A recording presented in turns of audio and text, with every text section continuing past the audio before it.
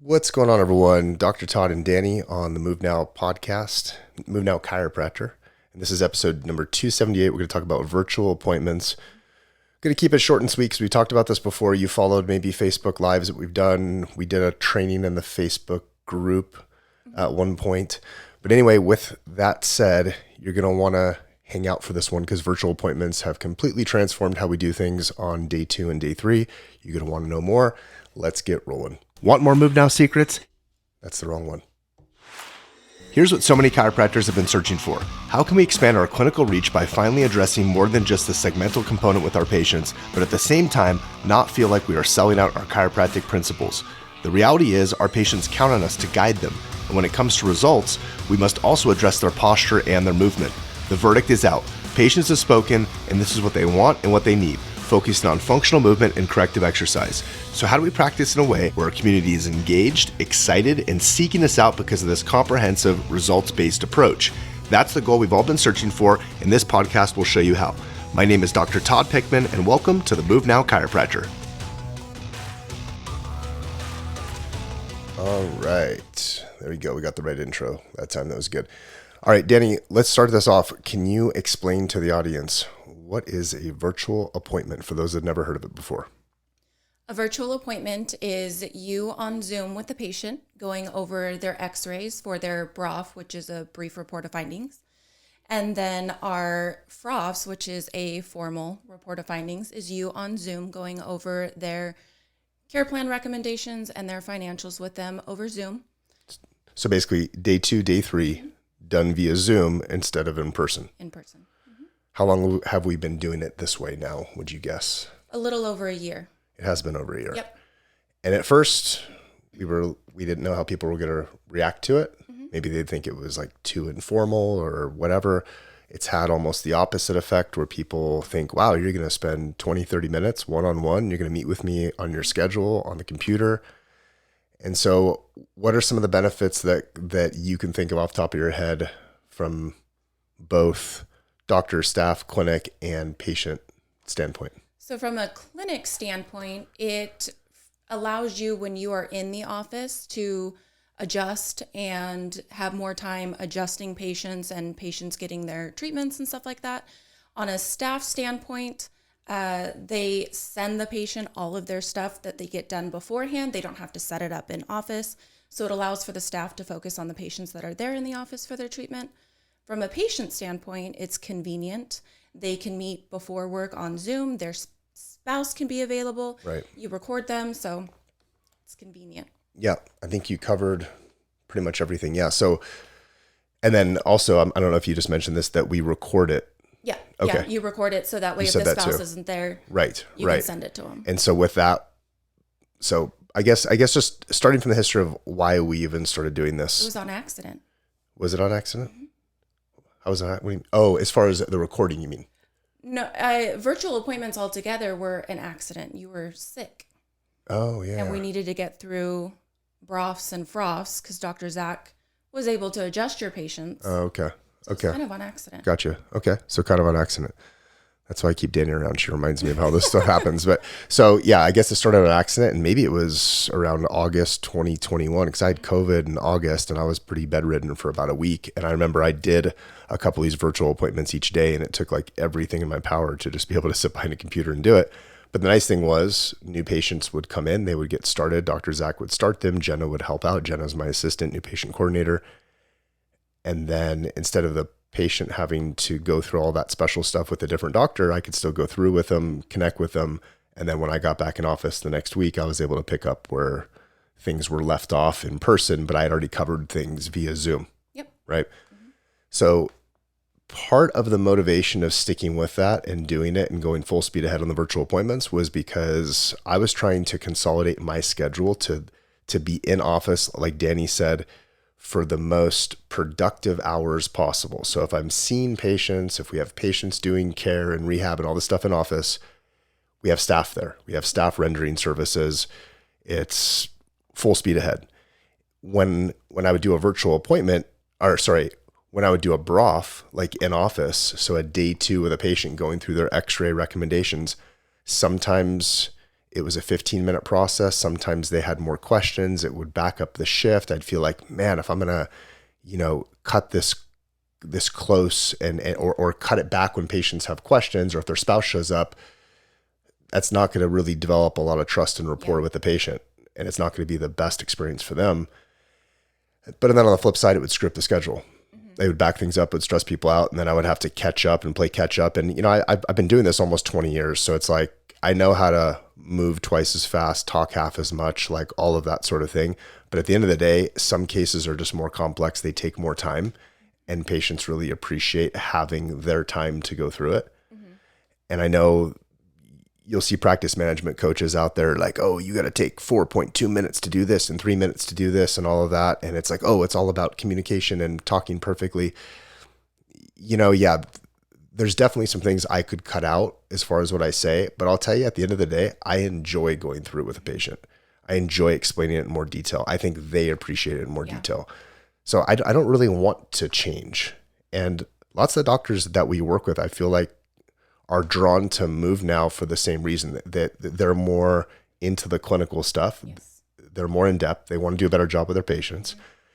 And I know the clinical part is not what necessarily builds the practice, because you could be a really great clinician and have horrible systems and patients don't show up or they don't come back. Yeah. Right. So you have to have both. You have to have the really good clinical side of things, and you have to have systems to be able to tie it together. So day 2 is the BROF. That's what we do virtually. So basically Jenna, my assistant, she'll send over all the patients' x-rays and all their documents to cover, which is essentially their x-rays and their whole list of issues that they have. We jump on Zoom with them. This week alone, I did a couple of them where literally I was meeting the patient for the first time on Zoom because they started in person with Dr. Zach and Jenna on day 1. Yep. Came in, took x-rays, did an exam, did all that. And so now I'm following up with them before their first in-office visit with me personally. And it goes fine, and I did yesterday with 2 people that I think it was 2 people yesterday that I hadn't met in person, or maybe it was one of the 2, but pretty much every day I'm doing some kind of virtual appointment to some extent. Like I have one later this morning actually with our video editing guy, Illy, who's going to be editing this video. So shout out to Illy, because Illy, who's going to be a case study, and we're going to talk about him throughout and make videos on him. He's got a lot of stuff going on. He's got a pretty screwed up neck and screwed up low back. And so essentially I'm going to meet with Illy in a couple of hours, and I'm going to go through his formal report of findings. I'm going to go through his care recommendations. And prior to them going through this, they watch a video that gives them a foundation of knowledge before we, as the doctor, jump on and take it further. And so I was really trying to make this, and Danny even made this point before we started. She said, let's talk about the benefits of it, not all the mechanics and the details of it. We have the mechanics in those trainings that we did. Yeah, the guides in functional movement for chiropractors. Gotcha. So for those of you listening, if you're not a member of the group on Facebook, Functional Movement for Chiropractors, request to get let in. You just have to be a chiropractor to be let in. We'll let you in. Facebook has this new thing called guides that we found out about maybe a year ago or something. And you can build out training guides and you can put videos in there. And so we did that. We did like a 3 or 4 part series on virtual appointments. And we showed how we do it through Zoom. We showed how we connect it through Calendly. So like how the staff schedules it, how it sends them a text message reminder or several emails, and then the mechanics of how the meeting works. Yep. Right. Yep. Okay. Got it. World's shortest podcast, or should we keep going? It's 9 minutes in. We can probably round out a little bit more. I don't know. Anything else to mention on the virtual appointments? I think the only other thing that I would add, and you touched on this too, but when you are meeting on Zoom with a patient, they have your undivided attention. And I feel like patients are a little more candid with you when they're on Zoom, and they give really good feedback that you can feed back to the staff. Majority of the time is all positive, but I feel like patients have your undivided attention. They really appreciate that, and they're more candid with you, and you guys kind of build that rapport. Yeah, it's just more real. Yeah. It's like, I think sometimes when you're going through this in office, they're in our environment and office, and it might feel maybe they have their guard up a little bit with certain things. When it's on Zoom, I'm in my home office, they're in their home office, or they're on their, cell phone in their kids' school parking lot waiting to pick up their kids, which is not ideal. We try not to get them to do it on a mobile device, but if they have to, then I insist on, let me record this so that I can send you a link to the recording afterwards so that you can watch this again if you need to on a bigger screen. You can share this with your spouse or whomever else you look for in support for your health decisions, which is a nice way of saying, hey, if someone else is going to say, I don't think you should do this from a time or money or whatever standpoint, let them be in on this as well. Having that recording is huge, because if for some reason an objection comes out after the fact that doesn't come out during that one-on-one meeting, you have that video document that now you can send out if you didn't already, but they can reference. Right. Okay. So like in some cases we do this with, patients in their early 20s. And then, after they're telling us, well, it's them that's going to handle it, then they say, well, mom or dad's going to help me out. And then they send the video link over to mom and dad. And usually that's enough for the parents to say, okay, this is legit. This is different than what I thought it was. Now I understand what my kid has going on. This is significant, and it's worth the time and a money investment. Yeah. Right. Yeah. So on video, if you're watching this podcast on video, because by the way, if you're listening, I'll say this, if you're listening, we have a video version of this too. It's on our YouTube channel, which is Move Now University. So it's a YouTube channel that we've put lots and lots of podcasts on. I have not done a great job at building up the YouTube channel over the years, so it doesn't have a ton of subscribers, but you can help us with that. You could subscribe and you can share it and send it out. And these videos, we're putting a good amount of editing into. Danny comes over to my actual home office. So she drives over after she drops her kids off on Tuesdays is when we record these. There's time and energy put into these to make some good quality video to try to capture our audience and make this fun to watch with good audio and good video and 2 different video angles and all this sort of cool stuff. And so if you're watching this on video, you'll see Danny change her hair color. Last week, she broke her hand. Now she's got a splint thing on it. Yeah. And then you're going to a hand specialist right after this. Yeah. Right. To see how the fracture is healing. Mm-hmm. So what it was, is your distal radial styloid? Yes.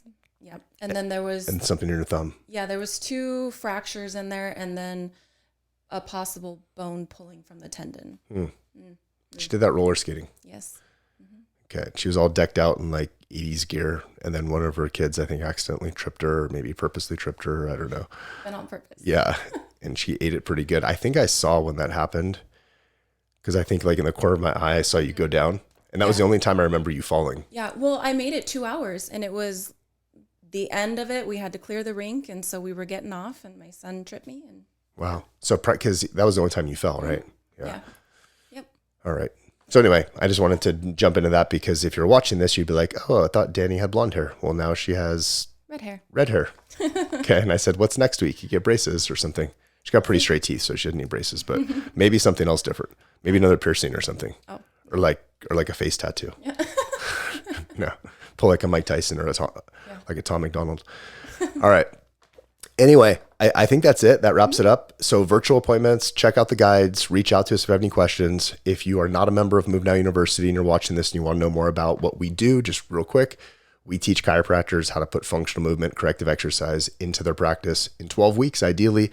It's a lot more than that. It's systems. It's from like front desk communication to how to answer the phone, to recalls, to tracking new patient stats, to doing all the in-house rehab, to documentation, to compliance, to insurance billing, to, what else? To virtual appointments, to, coaching on stuff, because there's weekly stuff that you're doing with these doctors and you're helping them through their hiring process, sometimes firing process. Yes. So it's pretty much like everything you can imagine to get things rolling in your clinic. The only requirement is that you actually do work on your end, because we're not coming out there and holding your hand and doing it for you. We're just helping you and guiding you. And as long as you can follow directions and go through, if you have things you want to improve and fix, it's stuff that we can help you with. That's what Move Now University is. That's what it's grown into. It started off with, hey, here's how you do a functional movement assessment and here's how you prescribe exercise.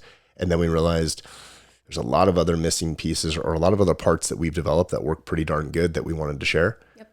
So we pretty much pulled back the curtain. We share all. And that's what the program's developed into now over the years. We started in 2017, I think. I know it was on my wife's birthday is when we did the first webinar for it, May 18th, I think 2017. Pretty sure, maybe 16, 17. It's 5 years into it. Yeah. Have close to 200 clinics that we've worked with, thousands of people that have joined these other groups that have followed our stuff. So it's grown quite a bit. It's been a ton of fun. We've been off the grid a little bit for the last year, not as aggressive as we were, but we're back and we're doing that. So anyway, check out demo.movenowyou.com if you want to see a 30-minute behind the scenes demo. You can reach out. Danny will connect with you. And we have some little links and stuff on the outro. So listen up for that. Check it out. We have a free book too you can read. Awesome book. Wrote it years ago with Trainer Tony. Trainer Tony's going to be in town tomorrow for 2 weeks. Trainer Tony. So I haven't seen Trainer Tony in a couple of years. For those of you that have followed Move Now, you know who he is. He's the bald guy that Stoic Tony that helped put Move Now University together. So good dude. We'll probably get him over for a podcast or something too. Fun, yeah. All right. But anyway, anything to close on? I don't think so. I think we covered it all. Cool. All right. Well, let's hit the right button for the outro then. Okay.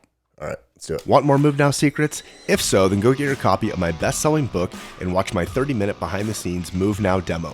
My book is called Move Well Secrets, and you can get your free copy at book.movenowyou.com. And watch the 30-minute demo of our exclusive doctor training portal at demo.movenowyou.com.